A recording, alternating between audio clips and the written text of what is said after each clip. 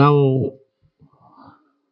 ಸತತವಾಗಿ ಈ ಗ್ರಾಮ ಅದಾಲತ್ ಕಾರ್ಯಕ್ರಮವನ್ನು ಕಾರ್ಕಳ ತಾಲೂಕಿನಾದ್ಯಂತ ಎಲ್ಲ ಗ್ರಾಮ ಪಂಚಾಯಿತಿಗಳಲ್ಲೂ ಮಾಡ್ಕೊಂಡು ಬರ್ತಾ ಇದ್ದೇವೆ. ನಿನ್ನೆ ಮುಡಾರು ಮತ್ತು ಮಿಯಾರು, ಇವತ್ತು ರೆಂಜಾಳ ಆಯಿತು ಬೆಳಿಗ್ಗೆ, ಈಗ ಇರುವತ್ತೂರು. ಈ ಗ್ಯಾರಂಟಿ ಅದಾಲತ್ ಕಾರ್ಯಕ್ರಮದ ಉದ್ದೇಶ ಅಂತ ಹೇಳಿದರೆ, ನಮಗೆ ಚುನಾವಣಾ ಪೂರ್ವದಲ್ಲಿ ನಮ್ಮ ಕರ್ನಾಟಕ ಸರ್ಕಾರದ ಮುಖ್ಯಮಂತ್ರಿಗಳಾದಂಥ ಸಿದ್ದರಾಮಯ್ಯ ಅವರು ಹಾಗೂ ಉಪಮುಖ್ಯಮಂತ್ರಿಗಳಾದಂಥ ಡಿ.ಕೆ. ಶಿವಕುಮಾರ್ ಅವರು ಒಂದು ಘೋಷಣೆಯನ್ನು ಮಾಡಿದ್ರು. ನಾವು ಈ 5 ಗ್ಯಾರಂಟಿಯನ್ನು ನಾವು ಜನರಿಗೆ ಕೊಡ್ತೇವೆ ಸರ್ಕಾರ ಬಂದ್ರೆ ಅಂತೇಳಿ. ನಮಗೂ ಒಂದು ರೀತಿ ಗೊಂದಲ ಆಯಿತು. ಪ್ರಥಮವಾಗಿ ಈ 5 ಗ್ಯಾರಂಟಿ ಹೇಳ್ತಾರೆ, ನಮಗೆ ಕೊಡುದು ಹೌದಾ ಇದು ಅಂತೇಳಿ ನಾವೆಲ್ಲ ಚಕ್ಕಿಗೆ ಸೈನ್ ಹಾಕಿ ನಮಗೆ ಎಲ್ಲ ಕಾರ್ಯಕರ್ತರ ಕೊಟ್ಟು ಮನೆ ಮನೆಗೆ ವಿಸಿಟ್ ಮಾಡಿಸಿದ್ರು, ಎಲ್ರಿಗೂ ಹೇಳ್ತಾ ಬಂದರು. ನಮಗೂ ಒಂದು ರೀತಿ ಗೊಂದಲದಲ್ಲಿ ಇದ್ದು ನಾವು. ಆದರೆ ಇವತ್ತಿಗೆ ಸರ್ಕಾರ ಬಂದು 2.25 ವರ್ಷ ಆಯ್ತು. ಈ 5 ಗ್ಯಾರಂಟಿಯನ್ನು ಸಮರ್ಪಕವಾಗಿ ಜನರಿಗೆ ನಮ್ಮ ಸರ್ಕಾರದ ಮುಖ್ಯಮಂತ್ರಿಗಳು ಮತ್ತು ಉಪಮುಖ್ಯಮಂತ್ರಿಗಳು ಮುಟ್ಟಿಸ್ತಾ ಬರ್ತಾ ಇದ್ದಾರೆ. ಹಾಗಾಗಿ ಕರ್ನಾಟಕ ರಾಜ್ಯದಲ್ಲಿ ಒಂದು ರಾಜ್ಯಾಧ್ಯಕ್ಷರು ಮತ್ತು ಉಪಾಧ್ಯಕ್ಷರು, ರಾಜ್ಯಾಧ್ಯಕ್ಷರು ನಮ್ಮ ಗ್ಯಾರಂಟಿ ಅನುಷ್ಠಾನ ಸಮಿತಿಯ ರೇವಣ್ಣ ಅವರು, ಉಪಾಧ್ಯಕ್ಷರಾಗಿ ನಮ್ಮ ಪುಷ್ಪ ಅಮರನಾಥ್ ಅವರನ್ನು ಆಯ್ಕೆಯನ್ನು ಮಾಡಿದ್ದಾರೆ. ಅದೇ ರೀತಿ ಎಲ್ಲ ರಾಜ್ಯದ ತಾಲೂಕಿಗೆ ಒಬ್ಬರು ಅಧ್ಯಕ್ಷರು ಮತ್ತು 15 ಜನ ಸದಸ್ಯರುಗಳನ್ನು ಮಾಡಿ ಮತ್ತು ಒಂದು ಕಚೇರಿಯನ್ನು ಕೊಟ್ಟು ಈ ಪಂಚ ಗ್ಯಾರಂಟಿ ಯೋಜನೆಯ ಈ ಅರ್ಜಿ ಸಲ್ಲಿಸಿದಂಥ ಫಲಾನುಭವಿಗಳಿಗೆ ಈ ಎಲ್ರಿಗೂ ಸಿಗುವಂತಾಗಬೇಕು, ಇದರಿಂದ ಯಾರು ವಂಚಿತರಾಗಬಾರದು ಅನ್ನುವ ನಿಟ್ಟಿನಲ್ಲಿ ನಮಗೆ ಈ ಒಂದು ಅದಾಲತ್ ಕಾರ್ಯಕ್ರಮವನ್ನು ಹಮ್ಮಿಕೊಳ್ಳಿಕ್ಕೆ ಹೇಳಿದ್ದಾರೆ. ಹಾಗಾಗಿ ನಾವು ಪ್ರತಿ ಗ್ರಾಮದಲ್ಲಿ ಹೋಗಿ, ನಮ್ಮ ಉಡುಪಿ ಮೀಟಿಂಗ್ನಲ್ಲಿ ನಮ್ಮ ಜಿಲ್ಲಾಧ್ಯಕ್ಷರು ಉಪಾಧ್ಯಕ್ಷರು ಇದ್ದರು, ನಮ್ಮ ಉದಯ್ ಕುಮಾರ್ ಶೆಟ್ಟಿ ಅವರು. ನಾವು ಪ್ರಥಮವಾಗಿ 10 ಪಂಚಾಯತನ್ನು ನಾವು ಮೊದಲು ಮುಗಿಸಿತ್ತು. ಈಗ ಪ್ರತಿ ಗ್ರಾಮ ಪಂಚಾಯತಿ ಈಗ ನಾಳೆಗೆ 10 ಪಂಚಾಯತ್ ಆಗ್ತದೆ. ಇದರ ಉದ್ದೇಶ ಇಷ್ಟೇ, ನಮ್ಮ ಈ 5 ಗ್ಯಾರಂಟಿಯಲ್ಲಿ 99% 6 ಜನರಿಗೆ ಈ ಯೋಜನೆ ಸಿಗ್ತಾ ಇದೆ. ಅದರಲ್ಲಿ 0.4% ಜನರಿಗೆ ಇದರ ಒಂದು ಯೋಜನೆ, ಕೆಲವರಿಗೆ ಅವರ ತಾಂತ್ರಿಕ ತೊಂದರೆ ಇರ್ಬೋದು, ಬೇರೆ ಅವರ ವೈಯಕ್ತಿಕ ಉದ್ದೇಶದಿಂದ ಸಿಗ್ತಾ ಇಲ್ಲ.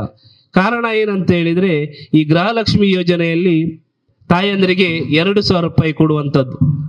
ಕೆಲವರು ಸಣ್ಣ ಪುಟ್ಟ ಮನೆ ಕಟ್ಟಲಿಕ್ಕೆ ಸಾಲ ಮಾಡಲಿಕ್ಕೆ ಬ್ಯಾಂಕ್ನಲ್ಲಿ ಹೋದಾಗ ಅವರು IT ರಿಟರ್ನ್ಸ್ ಕೇಳ್ತಾರೆ.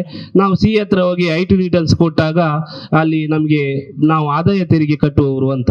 ಆಗ ನಮ್ಮ ಈ ಯೋಜನೆಯಲ್ಲಿ ಇದೆ, ನಮ್ಮ ಆದಾಯ ತೆರಿಗೆ ಕಟ್ಟುವವರಿಗೆ ಈ ಯಾವುದೇ ಸವಲತ್ತುಗಳು ಸಿಗುವುದಿಲ್ಲ ಅಂತೇಳಿ.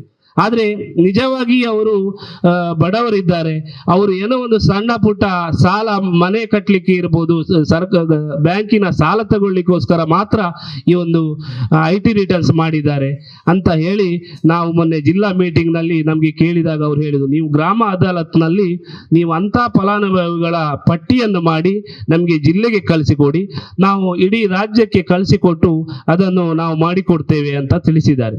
ಹಾಗಾಗಿ ನಾವು ತುಂಬ ಕಡೆಗಳಲ್ಲಿ ಈ GST ಇಂದ ಕೆಲವರಿಗೆ ಸಿಗ್ತಾ ಇಲ್ಲ. ನಾವು ಕಾರ್ಕಳಕ್ಕೆ ಅಧಿಕಾರಿಗಳನ್ನು ಹುಡ್ಕೊಂಡು ಅಲ್ಲಿಗೆ ಹೋಗೋದಕ್ಕಿಂತ ನಾವೆಲ್ಲ ಅಧಿಕಾರಿಗಳು ಎಲ್ಲ ಸದಸ್ಯರು ಪ್ರತಿ ಗ್ರಾಮದಲ್ಲಿ ಬಂದು ಈ 5 ಗ್ಯಾರಂಟಿಯ ಒಂದು ಫಲಾನುಭವಿಗಳಿಗೆ ಸರಿಯಾದ ರೀತಿಯಲ್ಲಿ ಸವಲತ್ತು ಸಿಗಬೇಕು ಅನ್ನುವ ನಿಟ್ಟಿನಲ್ಲಿ ಈ ಅದಾಲತ್ ಕಾರ್ಯಕ್ರಮ. ಮತ್ತೊಂದು ಹೇಳಿದರೆ, ನಾವು ಮೊನ್ನೆ ಹೊಸಮಾರು ಗ್ರಾಮ ಪಂಚಾಯತ್ನಲ್ಲಿ ಅದಾಲತ್ ಮಾಡುವ ಸಂದರ್ಭದಲ್ಲಿ ಹೀಗೆ ಆಯಿತು. ಒಬ್ಬರು ತಾಯಿ ಹೇಳಿದ್, ನಾನು ಅರ್ಜಿ ಸಲ್ಲಿಸಿದ್ದೆ, ನನಗೆ ಇಷ್ಟವರೆಗೆ ಗೃಹಲಕ್ಷ್ಮಿ ಬಂದಿಲ್ಲ ಅಂತೇಳಿ. ನಮ್ಮ ಬ್ಯಾಂಕಿನವರು ನಮ್ಮ ಸದಸ್ಯರೆಲ್ಲ ಚೆಕ್ ಮಾಡಿದ್ರು. ಅವರು 2-3 ಬ್ಯಾಂಕ್ನಲ್ಲಿ ಖಾತೆ ಹೊಂದಿದ್ರು. ಆ ಬ್ಯಾಂಕ್ನಲ್ಲಿ NPCI ಮ್ಯಾಪಿಂಗ್ ಇರ್ಬೋದು, EKYC ಮಾಡಿದಾಗ ಮಾಡಿರುವುದಿಲ್ಲ ಅವರು. ಹಾಗಾಗಿ ಅವರು ಪೋಸ್ಟ್ ಆಫೀಸ್ನಲ್ಲಿ ಅವರಿಗೆ ಬಂದಿತ್ತು. ಅವರಿಗೆ ಒಟ್ಟಿಗೆ 40,000, ಅವ್ರಿಗೆ ಗೊತ್ತೇ ಇಲ್ಲ, ಈ ಬ್ಯಾಂಕ್ನಲ್ಲಿ ಎಲ್ಲ ಚೆಕ್ ಮಾಡ್ತಾ ಇದ್ರು, ಆದರೆ ಬೇರೆ ಅಕೌಂಟಿಗೆ ಬಂದಿತ್ತು. ಹಾಗೆ ಮತ್ತೊಂದು 16,000 EKYC ಮಾಡಿ ಅವರಿಗೆ ಸಿಕ್ಕಿತ್ತು. ಅದೇ ರೀತಿ ಈ ಗೃಹಲಕ್ಷ್ಮಿ ಯೋಜನೆ ಎಲ್ಲಿ ಇಂಥ ಕೆಲವು ತೊಂದರೆಗಳಿಂದ ಸಿಗ್ತಾ ಇಲ್ಲ. ಹಾಗಾಗಿ ಈ ಕಾರ್ಯಕ್ರಮ ಎಲ್ಲ ಮುಗ್ದ ನಂತರ ಎಲ್ಲರೂ ಯಾರಿಗಾದ್ರೂ ತೊಂದರೆ ಇದ್ರೆ, ಯಾರಿಗಾದ್ರೂ ಸಿಗ್ತಾ ಇಲ್ಲ, ಇಷ್ಟು ತಿಂಗಳು ಬಂದಿದೆ ಇಷ್ಟು ತಿಂಗಳು ಬರುವುದಿಲ್ಲ ಅಂತ ಆದ್ರೂ ಇಲ್ಲಿ ಈಗ ನಾವು ಸರಿ ಮಾಡಿ ಕೊಡ್ತೇವೆ, ನೋಡ್ತೇವೆ ಅಂತ ಹೇಳ್ತಾ, ಈ ಗೃಹಲಕ್ಷ್ಮಿ ಯೋಜನೆ ಬಗ್ಗೆ ಇರ್ಬೋದು, ಪಂಚ ಗ್ಯಾರಂಟಿ ಯೋಜನೆ ಬಗ್ಗೆ ತುಂಬಾ ಜನ ಬೇರೆ ಬೇರೆ ರೀತಿಯಲ್ಲಿ ಟೀಕೆ ಮಾಡಿರ್ಬೋದು. ಆದ್ರೆ ನಮ್ಗೆ ಕೆಲವು ತಾಯಂದ್ರು ಬರದೆ ಎರಡು ತಿಂಗಳಾಯ್ತು, 3 ತಿಂಗಳಾಯ್ತು ಅಂತ ಹೇಳುವಾಗ ನಮ್ಗೆ ಅದರ ಅವಶ್ಯಕತೆ ಗೊತ್ತಾಗ್ತದೆ. ದುಡ್ಡು ಬೇಕಾದಷ್ಟು ಇದ್ದವರ ಹತ್ರ ಬೇಕಾದಷ್ಟು ಇರ್ಬೋದು, ಆದ್ರೆ 2,000 ರೂಪಾಯಿ ಈ ಅಗತ್ಯ ಯಾರಿಗುಂಟು ಅವರಿಗೆ ಇದರ ಬೆಲೆ ಗೊತ್ತಾಗ್ತದೆ. ಹಾಗಾಗಿ 1 ತಿಂಗಳು 2 ತಿಂಗಳು ಬರ್ದಿದ್ರು ಅದನ್ನು ಹಾಕ್ತಾರೆ. ನಮಗೆ ಒಟ್ಟಿಗೆ ಅಕೌಂಟಿಗೆ 48,000 ರೂಪಾಯಿ ಬಂದಿರಬೇಕು. 24 ಕಂತುಗಳ ಪ್ರಕಾರ 48,000 ರೂಪಾಯಿ ಬಂದಿರಬೇಕು. ಯಾಕಂತ ಹೇಳಿದ್ರೆ ಇದರಲ್ಲಿ ಯಾವುದೇ ಜಾತಿ ಇಲ್ಲ, APL BPL ಇಲ್ಲ, ಯಾವುದೇ ಪಕ್ಷ ಇಲ್ಲ, ಎಲ್ರಿಗೂ ಇದರಲ್ಲಿ ನಮ್ಮ ಗೃಹಲಕ್ಷ್ಮಿ ಯೋಜನೆ ಸಿಗ್ತದೆ.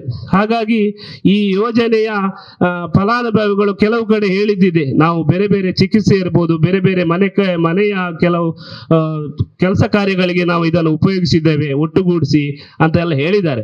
ಹಾಗಾಗಿ ಈ ಯೋಜನೆ ಅನ್ನುವಂಥದ್ದು ಮಹಿಳೆಯರ ಸಬಲೀಕರಣ, ಹಾಗಾಗಿ ಮಹಿಳೆಯರ ಒಂದು ಮನೆಯಲ್ಲಿರುವಂತಹ ಯಜಮಾಂತಿಗೆ ಸಿಗುವಂಥದ್ದು.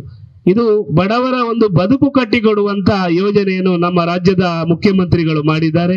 ಹಾಗಾಗಿ ಈ ಗೃಹಲಕ್ಷ್ಮಿ ಯೋಜನೆಯು ಕಾರ್ಕಳ ತಾಲೂಕಿನಲ್ಲಿ 37,619 ಜನರಿಗೆ, ಜನರಿಗೆ ಅಲ್ಲ, 37,619 ಕುಟುಂಬಗಳಿಗೆ ಈ ಗೃಹಲಕ್ಷ್ಮಿ ಯೋಜನೆ ಸಿಗ್ತಾ ಇದೆ. ಹಾಗಾಗಿ ಇನ್ನೂ 2.25 ವರ್ಷ ಆಯ್ತು, ಇನ್ನು 5 ವರ್ಷಗಳ ಕಾಲ ಸರ್ಕಾರ ಇರುವವರೆಗೆ ಈ ಎಲ್ಲ ಯೋಜನೆಗಳು ಸಿಗ್ತವೆ. ಅದರ ಜೊತೆಗೆ ಗೃಹ ಜ್ಯೋತಿಯಲ್ಲಿ ಅಷ್ಟು ತೊಂದರೆ ಇಲ್ಲ. ಎಷ್ಟು ಯೂನಿಟ್ಗೆ ಅರ್ಜಿ ಸಲ್ಲಿಸಿದ್ದೀರಿ ಅಷ್ಟು ಯೂನಿಟ್ ವರೆಗೆ ಇವತ್ತು ಎಲ್ರಿಗೂ ಕರೆಂಟ್ ಫ್ರೀ ಸಿಗ್ತಾ ಇದೆ. ನೀವು ಎಣಿಸಿರ್ಬೋದು, ನಾವೆಲ್ಲ ಬೇರೆ ಬೇರೆ ಕಡೆಯಲ್ಲಿ ನೋಡಿರ್ಬೋದು, ಕರೆಂಟ್ ಬಿಲ್ ಕಟ್ಟಲಿಕ್ಕೆ ತೊಂದರೆ ಆದಾಗ ನಮ್ಗೆ ಅದರಲ್ಲಿ ಸ್ವಲ್ಪ ದುಡ್ಡು ಕಮ್ಮಿ ಇದ್ದಾಗಲೂ ಲೈನ್ ಮ್ಯಾನ್ ಬಂದು ಫೀಸ್ ತಗೊಂಡೋಗುದು ಎಷ್ಟೋ ಕಡೆ ಆಗಿದೆ. ಆದ್ರೆ ಇವತ್ತು ನಮ್ಮ ಎಲ್ಲ ತಾಯಂದ್ರಿಗೆ ಎಲ್ಲ ಮನೆಯಲ್ಲಿ ಕರೆಂಟ್ ಫ್ರೀ, ಅದು ನಾವು ಎಣಿಸ್ಲಿಕ್ಕೆ ಸಾಧ್ಯ ಇರಲಿಲ್ಲ ಕರೆಂಟ್ ಫ್ರೀ ಕೊಡುವಂಥದ್ದು. ಆದ್ರೆ ಎಲ್ರಿಗೂ ಈ ಒಂದು ಗೃಹ ಜ್ಯೋತಿ ಯೋಜನೆಯಡಿ ಕಾರ್ಕಳ ತಾಲೂಕಿನಲ್ಲಿ 43,618 ಕುಟುಂಬಗಳಿಗೆ, ನೀವು ನೋಡಿ 43,618 ಕುಟುಂಬಗಳಿಗೆ ಈ ಗೃಹ ಜ್ಯೋತಿ ಯೋಜನೆ ಸಿಗ್ತಾ ಇದೆ. ಇನ್ನು ಯಾರಾದ್ರೂ ಅರ್ಜಿ ಸಲ್ಲಿಸಲಿಕ್ಕೆ ಇದ್ರೆ ಅರ್ಜಿ ಸಲ್ಲಿಸಬಹುದು ಇನ್ನೂ ಕೂಡ. ಹಾಗಾಗಿ ಈ ಎಲ್ಲ ಗೃಹ ಜ್ಯೋತಿ ಯೋಜನೆ ಇರ್ಬೋದು, ಅದರ ಜೊತೆಗೆ ಅನ್ನಭಾಗ್ಯ ಯೋಜನೆಯು ಕಾರ್ಕಳ ತಾಲೂಕಿನಲ್ಲಿ 31,149 ಕುಟುಂಬಗಳಿಗೆ ಈ ಅನ್ನಭಾಗ್ಯ ಯೋಜನೆ ಸಿಗ್ತಾ ಇದೆ. ಅನ್ನಭಾಗ್ಯ ಯೋಜನೆಯಲ್ಲಿ ಈಗ ಸರ್ಕಾರ ಒಂದು ಕಿಟ್ ಅನ್ನು ಕೊಡುವಂತ ಯೋಜನೆಯನ್ನು ಮಾಡಿದ್ದಾರೆ. ನಮ್ಮ ಉಡುಪಿ ಮಂಗಳೂರಿನಲ್ಲಿ ಅಷ್ಟು ಅವಶ್ಯಕತೆ ಕಮ್ಮಿ ಇದ್ರೂ ಅವರಿಗೆ ಬೇರೆ ರೀತಿ ಒಂದು ಸಕ್ಕರೆ ಇರ್ಬೋದು, ಅದರ ಜೊತೆಗೆ ಉಪ್ಪು, ಎಣ್ಣೆ, ಬೇರೆ ತೊಗರಿಬೇಳೆ, ಇಂಥ ಒಂದು 5 ಬಗೆಯ ಕಿಟ್ ಅನ್ನು, 5 kg ಅಕ್ಕಿ ಮತ್ತು 5 ಬಗೆಯ ಕಿಟ್ ಅನ್ನು ಸರ್ಕಾರ ಕೊಡ್ಲಿಕ್ಕೆ ಎಲ್ಲ ತೀರ್ಮಾನಗಳಾಗಿವೆ. ಇನ್ನು ಮುಂದಿನ ದಿನಗಳಲ್ಲಿ ಅದು ನಮ್ಮ ಈ 5 ಗ್ಯಾರಂಟಿ ಯೋಜನೆಯಲ್ಲಿ, ಅನ್ನಭಾಗ್ಯದ ಯೋಜನೆಯಲ್ಲಿ ಸೇರ್ಕೊಳ್ಳಿಕ್ಕಿದೆ. ಹಾಗಾಗಿ ಮತ್ತೊಂದು ಯೋಜನೆ ಹೇಳಿದ್ರೆ ಶಕ್ತಿ ಯೋಜನೆ ಅಂತ ಹೇಳಿದ್ರೆ, ಈಚೆ ಸ್ವಲ್ಪ ಸರ್ಕಾರಿ ಬಸ್ಸುಗಳೆಲ್ಲ ಕಮ್ಮಿ ಇರ್ಬೋದು. ನಾವು ಇನ್ನ ಗ್ರಾಮದಲ್ಲಿ ಅದಾಲತ್ ಮಾಡಿ ಆಗ ನಮಗೆ ಅಲ್ಲಿ ಎಲ್ಲ ಗ್ರಾಮಸ್ಥರು ನಮ್ಮ ಸರ್ಕಾರಿ ಬಸ್ಸಿನ ಅವಶ್ಯಕತೆ ಇದೆ, ಶಾಲೆ ಮಕ್ಕಳು ಇರ್ಬೋದು, ಕೆಲಸದವರು ನಮ್ಗೆಲ್ಲ ಕಾರ್ಕಳಕ್ಕೆ ಬರ್ಲಿಕ್ಕೆ ಇರ್ಬೋದು, ನಮಗೆ ಇಲ್ಲಿ ಬಸ್ಸಿನ ಅವಶ್ಯಕತೆ ಇದೆ ಅಂತ ಹೇಳಿ ನಮ್ಮ ಅದಾಲತ್ ಕಾರ್ಯಕ್ರಮದಲ್ಲಿ ಅರ್ಜಿ ಸಲ್ಲಿಸಿದ್ರು. ಆಗ ನಾವು ಜಿಲ್ಲಾ ಸಭೆಯಲ್ಲಿ ಆ ಅರ್ಜಿಯ ಬಗ್ಗೆ ನಾವು ಹೇಳಿದಾಗ ಅಲ್ಲಿ KSRTC ಅವರು ಇರ್ಬೋದು, RTO ಅವರು ಎಲ್ಲ ಸೇರಿ ಆ ಸರ್ವೆ ಕಾರ್ಯವನ್ನು ಮಾಡಿ ಪಡುಬಿದ್ರೆಯಿಂದ ಕಾರ್ಕಳಕ್ಕೆ ಎಷ್ಟೋ ಟ್ರಿಪ್ ಈಗ ಸರ್ಕಾರಿ ಬಸ್ ಬಂದಿದೆ. ನಮ್ಮ ಪಳ್ಳಿ ಕಣಜಾರಿ ಇರ್ಬೋದು, ಅಲ್ಲಿಯೂ ಅರ್ಜಿ ಹೇಳಿದ್ರು, ಆಗ ಅಲ್ಲಿಯೂ ಬರ್ತಾ ಇದೆ. ಮತ್ತು ಈಗ ನಮ್ಮ ಮಾಳ, ಕೆರುವಾಸೆ, ಕಾರ್ಕಳ ಅಲ್ಲಿಗೂ ಮೊನ್ನೆ ಸರ್ವೆ ಆಗಿದೆ. ಇಲ್ಲಿಯ ನಮ್ಮ ಸದಸ್ಯರು, ಗ್ಯಾರಂಟಿ ಸದಸ್ಯರು ಇದ್ದಾರೆ, ಅವರು ನಮ್ಮ ತಾಲೂಕಿನ ಮೀಟಿಂಗ್ನಲ್ಲಿ ಜಯಣ್ಣ ಯಾವಾಗಲೂ ಇಲ್ಲಿ ಮುರತಂಗಡಿಯಲ್ಲಿ ಸ್ಟಾಪ್ ಇಲ್ಲ ಎಲ್ಲ ಹೇಳ್ತಾರೆ. ಅದನ್ನು ಕೂಡ ಮೊನ್ನೆ ಈ ಮೀಟಿಂಗ್ನಲ್ಲಿ ನಮ್ಮ ತಾಲೂಕ್ ಪಂಚಾಯತ್ನ ಕಾರ್ಯದರ್ಶಿಗಳು, ಮುಖ್ಯ ಕಾರ್ಯನಿರ್ವಹಣಾಧಿಕಾರಿಯವರು ನಾವೆಲ್ಲ ಮೀಟಿಂಗ್ನಲ್ಲಿ ಅದು ಮಾಡಿಸಿಕೊಟ್ಟಿದ್ದಾರೆ ಮತ್ತು ಬಸ್ಸಿನ ಬೇಡಿಕೆಯು ಹೇಳಿದ್ದಾರೆ. ಹಾಗಾಗಿ ಮುಂದಿನ ದಿನಗಳಲ್ಲಿ ಈ ಭಾಗಕ್ಕೂ ಶಕ್ತಿ ಯೋಜನೆಯ ಒಂದು ಬಸ್ಸು, ಯಾವ ಶಾಲೆ ಮಕ್ಕಳು ಹೋಗುವ ಸಮಯ ಇರ್ಬೋದು, ಕೆಲಸದವರು ಹೋಗುವ ಸಮಯ ಇರ್ಬೋದು, ಬೀಜ ಫ್ಯಾಕ್ಟ್ರಿಗೆ, ಅದರ ಒಂದು ಬಗ್ಗೆನೂ ನಾವು ಮುಂದಿನ ದಿನಗಳಲ್ಲಿ ಆದಷ್ಟು ಬೇಗ ಪ್ರಯತ್ನವನ್ನು ಪಡ್ತೇವೆ. ಈ ಶಕ್ತಿ ಯೋಜನೆ ಅಂತ ಹೇಳುವಂಥದ್ದು ನಮಗೆ ಇಲ್ಲಿ ಕಡಿಮೆ ಇರ್ಬೋದು, ರಾಜ್ಯಾದ್ಯಂತ ಮಹಿಳೆಯರು ಈ ಶಕ್ತಿ ಯೋಜನೆ ಬಸ್ನಲ್ಲಿ ಪ್ರಯಾಣ ಬೆಳೆಸಿ ಅದು ವಿಶ್ವ ದಾಖಲೆ ಆಗಿದೆ, ವಿಶ್ವ ದಾಖಲೆ ಪುಸ್ತಕದಲ್ಲಿ ಸೇರಿದೆ. ನಾವು ಇಂಥ ಯೋಜನೆಯನ್ನು ಕರ್ನಾಟಕ ಸರ್ಕಾರದ ಮುಖ್ಯಮಂತ್ರಿಗಳು, ಉಪಮುಖ್ಯಮಂತ್ರಿಗಳು ಕೊಟ್ಟಿದ್ದಾರೆ. ಅದರ ಜೊತೆಗೆ ಯುವ ನಿಧಿ ಅಂತ ಹೇಳಿದರೆ ಡಿಗ್ರಿ ಆದವರು ತುಂಬ ಕಷ್ಟದಲ್ಲಿ ಕಲಿತು ಡಿಗ್ರಿ ಆಗಿ ಅವರಿಗೆ ಒಂದು ಕೆಲಸ ಸಿಗಬೇಕು. ಕೆಲಸ ಸಿಗುವವರೆಗೆ ಅವರ ಹತ್ರ ಖರ್ಚಿಗೆ ದುಡ್ಡು ಇರುವುದಿಲ್ಲ, ಕೆಲವರ ಹತ್ರ ಇದ್ದವರ ಹತ್ರ ಇರ್ತದೆ, ಅಂತವರು ಸೇರ್ಬೇಕಂತಿಲ್ಲ. ಈಗ ಏನು ಇಲ್ಲದೆ ಕಲಿತು ಅವರು ಕೆಲಸ ಸಿಗುವವರೆಗೆ ಅವರಿಗೆ ಒಂದು 3,000 ರೂಪಾಯಿ ತಿಂಗಳಿಗೆ ಈ ಒಂದು ಯುವ ನಿಧಿ ಮೂಲಕ ಸಿಗ್ತದೆ. ನಮ್ಮ ಕಾರ್ಕಳ ತಾಲೂಕಿನಲ್ಲಿ 513 ಜನ ಇದಕ್ಕೆ ಅರ್ಜಿ ಸಲ್ಲಿಸಿ ಈಗ ಅವರಿಗೆ ಸಿಗ್ತಾ ಇದೆ. ಕೆಲಸ ಸಿಕ್ಕಿ ಆದ ನಂತರ ಆ ಯೋಜನೆ ಅಲ್ಲಿಗೆ ಅವರಿಗೆ ಸಿಗುವುದಿಲ್ಲ ಅದರ ಹಣ. ಹಾಗಾಗಿ ಕೆಲಸ ಸಿಗುವವರೆಗೆ ಅವರಿಗೆ ಒಂದು 3,000 ರೂಪಾಯಿ ಸಿಗಬೇಕು ಅನ್ನುವ ನಿಟ್ಟಿನಲ್ಲಿ ನಮ್ಮ ಸರ್ಕಾರದ ಮುಖ್ಯಮಂತ್ರಿಗಳು ಅದನ್ನು ಮಾಡಿದ್ದಾರೆ. ಹಾಗಾಗಿ ಈ ಯುವ ನಿಧಿಯಲ್ಲಿ ಕೆಲಸ ಸಿಗುವ ಅರ್ಜಿ ಸಲ್ಲಿಸಿದವರಿಗೂ ಅದಕ್ಕೆ ಟ್ರೈನಿಂಗ್ ಕೊಟ್ಟು ಮೊನ್ನೆ ಉಡುಪಿಯಲ್ಲಿ 26 ಜನರಿಗೆ ಇದರ ಒಂದು ಕೆಲಸ ಸಿಗುವ ಹಾಗೆ ಆಗಿದೆ. ಹಾಗಾಗಿ ಈ ಎಲ್ಲ ಯೋಜನೆಗಳ ಬಗ್ಗೆ ನಮ್ಮ ಜಿಲ್ಲಾ ಉಪಾಧ್ಯಕ್ಷರು ಇನ್ನು ಹೇಳುವವರಿದ್ದಾರೆ. ಈ ಎಲ್ಲ ಯೋಜನೆಗಳು ಬಡವರ ಬದುಕನ್ನು ಕಟ್ಟಿಕೊಡುವಂಥ ಯೋಜನೆ. ಅದರಲ್ಲೂ ಮಹಿಳೆಯರಿಗೆ ವಿಶೇಷವಾಗಿ ಆದ್ಯತೆಯನ್ನು ಇಟ್ಟು ಈ ಯೋಜನೆಯನ್ನು ಕೊಟ್ಟಿದ್ದಾರೆ. ಬೇರೆ ಇದರ ಬಗ್ಗೆ ಅಪಪ್ರಚಾರ ಇರ್ಬೋದು, ಅಪಹಾಸ್ಯ ಇರ್ಬೋದು ಮಾಡುವವರು ಮಾಡ್ತಾ ಇರ್ತಾರೆ, ಅದು ಏನು ಮಾಡ್ಲಿಕ್ಕೆ ಆಗುದಿಲ್ಲ. ಸರ್ಕಾರದ ಯೋಜನೆ ಅಂತ ಹೇಳಿದ್ರೆ ನಮ್ಮ ಕೇಂದ್ರ ಸರ್ಕಾರ ಇರಲಿ, ರಾಜ್ಯ ಸರ್ಕಾರ ಇರಲಿ, ಯಾವುದೇ ಯೋಜನೆಯು ಬಂದಾಗ ಅದನ್ನು ಜನರಿಗೆ ಮುಟ್ಟಿಸುವಂತ ಕೆಲಸ ಜನಪ್ರತಿನಿಧಿಗಳು ಮತ್ತು ನಾವೆಲ್ಲರೂ ಪ್ರಾಮಾಣಿಕವಾಗಿ ಮಾಡಬೇಕು. ನಾವು ತಾಲೂಕಿನ ಗ್ಯಾರಂಟಿ ಸಮಿತಿಯ ಅಧ್ಯಕ್ಷರು, ಕಾರ್ಯದರ್ಶಿಗಳು, ಎಲ್ಲ ಸದಸ್ಯರುಗಳು ನಮ್ಮ ಪ್ರಾಮಾಣಿಕ ಪ್ರಯತ್ನವನ್ನು ಪ್ರತಿ ಗ್ರಾಮ ಪಂಚಾಯತ್ನಲ್ಲಿ ಹೋಗಿ ನಾವು ಮಾಡ್ತಾ ಇದ್ದೇವೆ. ಈ ಎಲ್ಲ ಯೋಜನೆಗಳು ನಮ್ಮ ಕಾರ್ಕಳ ತಾಲೂಕಿಗೆ 268 ಕೋಟಿ ರೂಪಾಯಿ ನಮ್ಮ ಇಷ್ಟರವರೆಗೆ ನಮ್ಮ ಕಾರ್ಕಳ ತಾಲೂಕಿಗೆ ಬಂದಿದೆ. ಮೂಲಭೂತ ಸೌಕರ್ಯ ಅಂತ ಹೇಳಿದ್ರೆ ರಸ್ತೆ, ನೀರು, ಶಾಲೆ, ಆಸ್ಪತ್ರೆ, ಅದರ ಜೊತೆಗೆ ಬಡವರ ಒಂದು ಬದುಕನ್ನು ಕಟ್ಟಿಕೊಡುವಂತ ಯೋಜನೆಯನ್ನು ನಮ್ಮ ರಾಜ್ಯದ ಮುಖ್ಯಮಂತ್ರಿಗಳು ಹಾಕೊಂಡಿದ್ದಾರೆ.